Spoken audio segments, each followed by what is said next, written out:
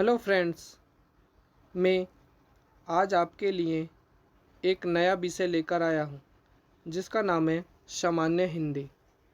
दोस्तों, यूपी में जितने भी क्वेश्चंस सामान्य हिंदी से पूछे जाते हैं उन क्वेश्चनों को मैं डिस्कस करने वाला हूँ।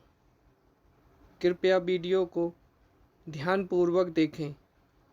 चलो वीडियो स्टार्ट करते हैं और पहले क्वेश्चंस पर पहुँचते हैं।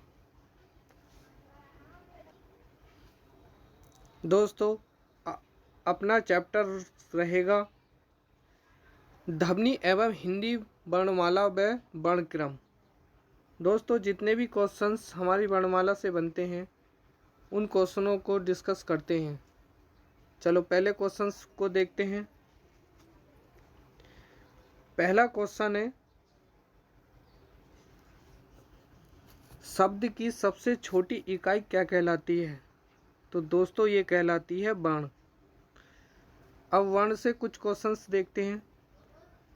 शब्द यानी भाषा की सबसे छोटी इकाई क्या कहलाती है? दोस्तों, वर्ण या ध्वनि कहलाती है। हिंदी कुल वर्णमाला कितनी होती है? हिंदी में कुल वर्णमाला कितने होते हैं? 52। सॉरी, हिंदी में कुल वर्ण कितने होते हैं? 52 होते हैं। दोस्तों, इसमें स्वरों की संख्या 11 बताई गई है और कुल व्यंजनों की संख्या 33 है। 2 आयोग वहा होते हैं, अंग और अह, और द्विगुण व्यंजन होते हैं ण ण। 2 द्विगुण व्यंजन होते हैं दोस्तों, तथा 4 संयुक्त वर्ण होते हैं, छ, त्र, ज्ञ और श्र। दोस्तों, 4 संयुक्त वर्ण होते हैं ये। चलो दूसरा क्वेश्चन देखते हैं। भाषा की मूल इकाई है। तो दोस्तों, ये मूल इकाई क्या है? यह है हमारी ध्वनि। भाषा की मूल इकाई ध्वनि है। भाषा की पूर्ण सार्थक इकाई वाक्य है और वाक्य से छोटी इकाई उपवाक्य है और उपवाक्य से छोटी इकाई क्या है? पदबंध है। पदबंध से छोटी इकाई दोस्तों क्या है? पद या शब्द है। पद से छोटी इकाई क्या है? अक्षर है। और अक्षर से छोटी इकाई कौन सी है? ध्वनि या बाण। दोस्तों, आप देख सकते हैं उदाहरण के तौर पर, जैसे कोई शब्द राम है। अब राम में 2 अक्षर कौन कौन से हैं? रा और में, और 4 बाण इसमें टोटल होते हैं, र, आ, अदमे और ए। ज्ञातव्य है कि शब्द भाषा की सबसे छोटी इकाई का सार्थक इकाई है। अब देखते हैं तीसरा क्वेश्चन। तीसरा क्वेश्चन है, वर्णों के समुदाय को क्या कहते हैं? तो दोस्तों, क्या कहते हैं? वर्णमाला कहते हैं। वर्णों के समुदाय को वर्णमाला कहते हैं। वर्ण भाषा की सबसे छोटी इकाई होती है। इसके उच्चारित स्वरूप को ही क्या कहा जाता है? ध्वनि कहा जाता है। आप देख सकते हैं यूपी कांस्टेबल 19/6/2008 की सेकंड शिफ्ट में आया हुआ क्वेश्चन है। अब देखते हैं अगला क्वेश्चन। वर्णमाला। वर्णमाला किसे कहते हैं? तो दोस्तों, ये कहते हैं व्यवस्थित वर्ण समूह को। अब इसका फैक्ट देखते हैं। व्यवस्थित वर्ण समूह को वर्णमाला कहते हैं। हिंदी वर्णमाला में कुल 52 वर्ण हैं, जिसमें 11 स्वर तथा मूल व्यंजनों की संख्या 33 है। आप देख सकते हैं यूपी बीएड एग्ज़ाम 2007 में ये क्वेश्चन आया हुआ है। अगला क्वेश्चन देखते हैं। अगला क्वेश्चन, हिंदी भाषा की कुल वर्ण लिपियां हैं। तो दोस्तों, कितनी हैं? ये हैं 52। अब इसमें जो है विस्तार पूर्वक देखते हैं इन 52 को। दोस्तों आप देख सकते हैं जूनियर इंजीनियर या तकनीकी परीक्षा 2016 में ये क्वेश्चन आ हुआ है। दोस्तों हिंदी भाषा कुल वर्ण लिपियां जो हैं कितनी हैं? 52। इसमें स्वर कितने हैं? स्वर हैं दोस्तों 11। और क वर्ग में कितने हैं? 5। च वर्ग में कितने हैं? 5। ट वर्ग में दोस्तों क्या है? 5। और त वर्ग में 5 और प वर्ग में 5 दोस्तों। और इसी के साथ अंत्यस्थ व्यंजन क्या कहलाते हैं? य र ल व होते हैं। कितने होते हैं? 4। और ऐसे ही ऊष्म व्यंजन होते हैं स है। ये कितने व्यंजन होते हैं? ये होते हैं 4 दोस्तों। कुल मिलाकर कितने हो गए? 52।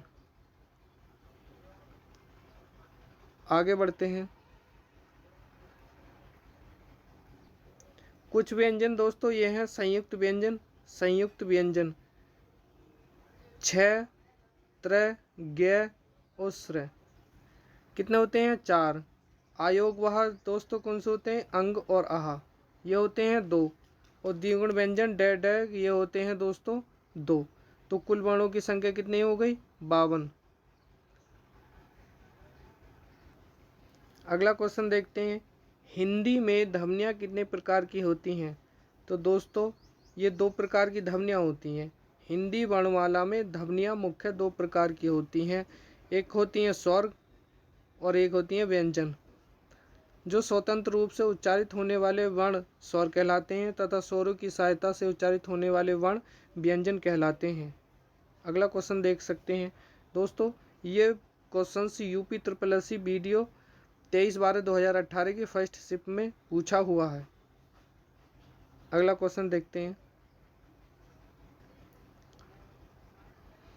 जिनका उच्चारण स्वतंत्र से होता है और जो व्यंजन के उच्चारण में संयुक्त होते हैं उसे कहते हैं। तो दोस्तों ये क्या कहा जाता है?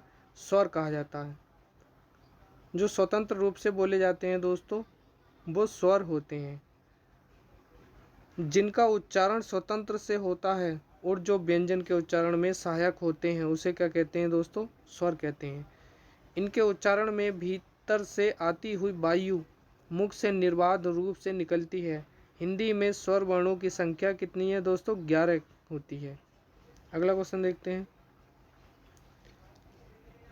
अगला क्वेश्चन है जिन व्यंजनों का उच्चारण स्वतंत्र रूप से होता है तो दोस्तों उसे क्या कहते हैं? स्वर कहा जाता है। जिन वर्णों का उच्चारण स्वतंत्र होता है उन्हें स्वर कहते हैं। स्वरों की सहायता से बोले जाने वाले वर्ण व्यंजन कहलाते हैं।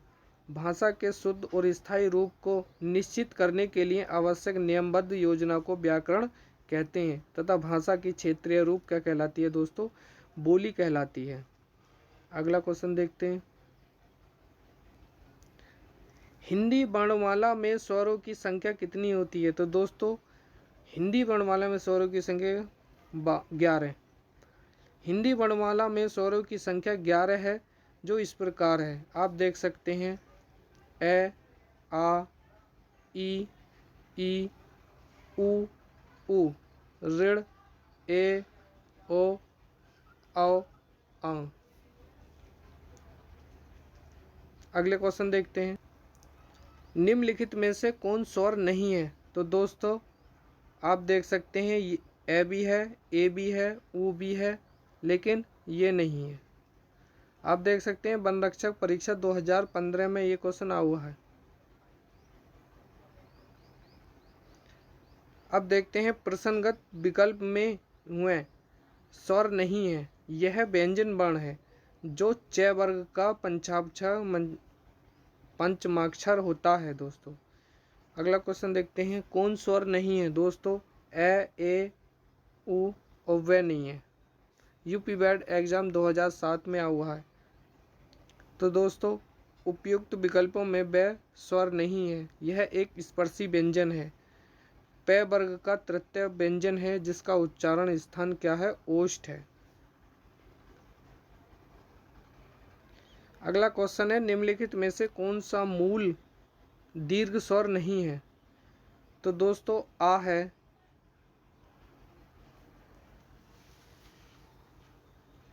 आ बनता है दोस्तों ए, ए प्लस ए, ए से क्या बनता है दोस्तों, आ बनता है। और छोटी ई और प्लस छोटी ई मिलकर क्या बनती है, बड़ी ई दोस्तों। और छोटा ऊ और प्लस छोटा ऊ मिलकर क्या बनता है दोस्तों, ऊ बनता है। लेकिन ऑप्शन नंबर डी में ओ दोस्तों ए प्लस ए की सहायता से क्या बनता है, ओ बनता है। अब इसको विस्तार पूर्वक देखते हैं। आप देख सकते हैं दोस्तों, ह्रस्व स्वर जिन स्वरों की उत्पत्ति दूसरे स्वर से न होकर स्वतंत्र रूप से होती हैं वे ह्रस्व स्वर कहलाते हैं दोस्तों। और ह्रस्व स्वरों की संख्या कितनी होती है, 4 होती है दोस्तों, ए ई ऊ और ऋ। और इन्हें ही मूल स्वर भी कहा जाता है। अब देखते हैं दोस्तों दीर्घ स्वर। दो समान मूल स्वरों के योग से निर्मित स्वर दीर्घ स्वर कहलाते हैं। जैसे आ बना, छोटा आ प्लस छोटा आ मिलकर क्या बनाया, बड़ा आ। और बड़ी ई कैसे बनेगी, छोटी ई प्लस छोटी ई मिलकर क्या बनेगी, बड़ी ई। और बड़ा ऊ कैसे बनेगा, छोटा ऊ प्लस छोटा ऊ मिलकर क्या बनेगा, बड़ा ऊ। अतः ये मूल दीर्घ स्वर हैं। अब आती है बात संयुक्त स्वर की। जब दो असमान स्वर परस्पर जुड़ते हैं तो उनके योग से संयुक्त स्वरों का निर्माण होता है। जैसे ए प्लस ई मिलकर क्या बनाते हैं, ए बनाते हैं। और ए को ए प्लस ए मिलकर क्या बनाते हैं दोस्तों, ए बनाते हैं।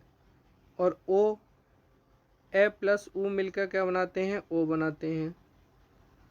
और औ ए प्लस ओ मिलकर क्या बनाते हैं दोस्तों, औ बनाते हैं। तो संयुक्त स्वरों की संख्या दोस्तों कितनी हो गई, 4 हो गई। आगे बढ़ते हैं।